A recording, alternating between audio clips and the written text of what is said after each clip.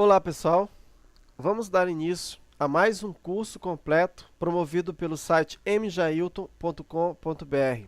É um prazer ter você aqui comigo, obrigado por ter adquirido mais um dos nossos cursos e conto com as suas sugestões no site www.mjailton.com.br. Então nós vamos aqui aprender o MySQL, um banco de dados. Muitas pessoas me pediram para fazer esse curso, né? E muita gente utiliza na formação de sites com PHP. Mas o MySQL não serve só para banco de dados web, também serve para usar como programação desktop, e nós vamos ver isso no decorrer do nosso curso.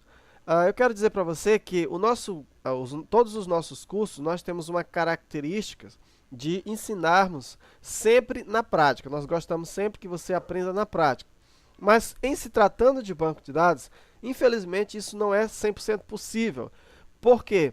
Porque é preciso que você tenha alguns conhecimentos teóricos. Você tenha conceitos como chave primária, o que é chave estrangeira, o que é relacionamento, né? Então são coisas que você precisa aprender. Então essa primeira parte do nosso curso, ela é constituída na grande maioria por teoria.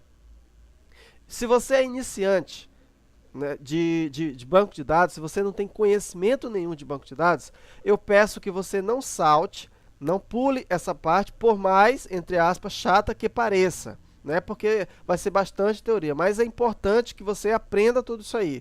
Porque um conhecimento vai depender do outro lá na frente. Então eu peço que você siga um passo de cada vez.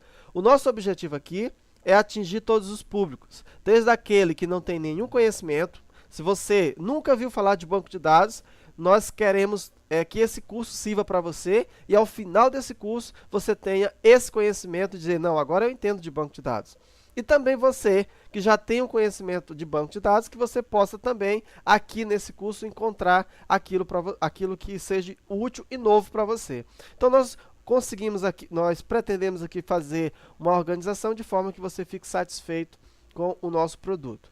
Então, nessa primeira parte, a maior parte dela vai ser teoria. Nós vamos fazer as teorias de banco de dados, nós vamos ensinar para você as ferramentas gráficas, nós vamos ter também um mini curso de modelagem de dados. Então são coisas que são importantes para você. Então, na partir da próxima aula, você vai ficar com a primeira parte desse curso. Um abraço para você e até lá.